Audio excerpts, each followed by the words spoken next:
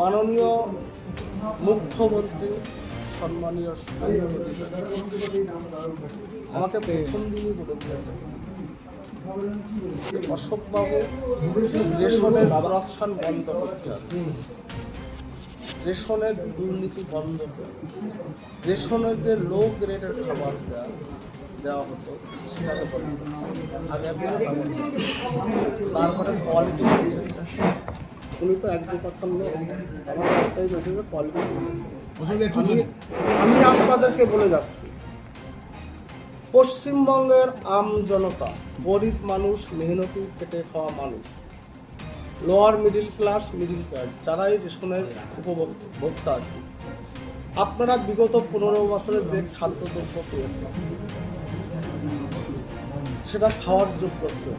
আমি দেখেছি আমাদের এরিয়ায় যে চালটা দেওয়া হয় বা যে আটাটা এর আগে দেওয়া হয়েছে খাওয়ার জন্য, রেশন ডিলাররা, হোলসেলাররা যে মালটা দেওয়া হতো পুরো মালটা দেখা একটা শ্রেণীর মানুষ রেশন থেকে টাকা নিয়ে চলে গেছে। একটা শ্রেণীর মানুষ যারা ভোক্তা আর কি, যারা রেশন নেন তারা মাল না নিয়ে টাকা নিয়ে চলে যেত। তার মূল কারণ ছিল মালের গ্রেড এতটা নিম্নমানের ছিল, তার দরুন তারা খাবারটা নিতেন না। আপনাদেরকে আমি কথা দিচ্ছি, যারা এটা করতে রেশন দোকান, হোলসেলার, আপনার প্রথম কথা হচ্ছে এই কাজ থেকে আপনারা বিরত থাকুন।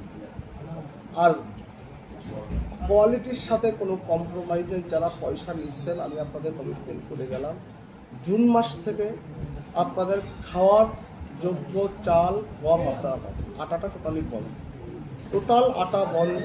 ফ্রেশ গম পাবেন আপনারা, যে গমটা সেন্ট্রাল গভর্নমেন্ট পাঠায়, FCI গোডাউনে যেতে আসতে যে গমটা চেঞ্জ হয়ে যেত।